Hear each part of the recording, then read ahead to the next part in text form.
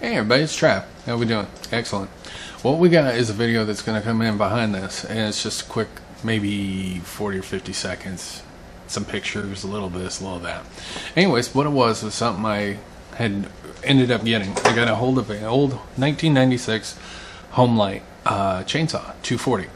And the thing is behind this was, it's originally, I got it from the original owner.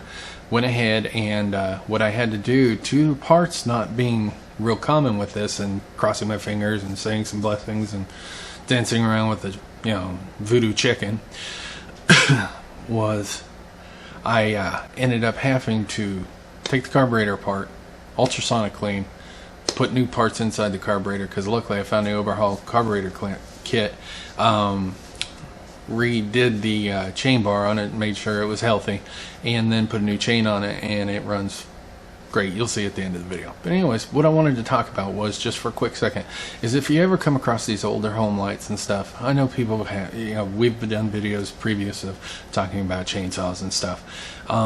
This is a good one. This is a nice little tank. This little turd is really good for little stuff around the house. It's a great one that you can have up on the shelf. I recommend it if you find it, if you can get it, on a garage sale, Craigslist, what have you. Go ahead, get it. It's a good one, and it'll be something that you can play with and work on and get to understand how equipment works.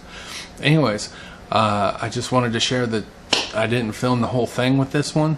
That was my fault. I didn't really know how this one was going to turn out. I was real nervous with this one, and I just wanted to make sure that I got it done, and I did, and I forgot to film it. But I just want to explain to everybody that this one wasn't as bad as it looked. It was, but it wasn't. And luckily, all it required was an overhaul carburetor, and the rest was history.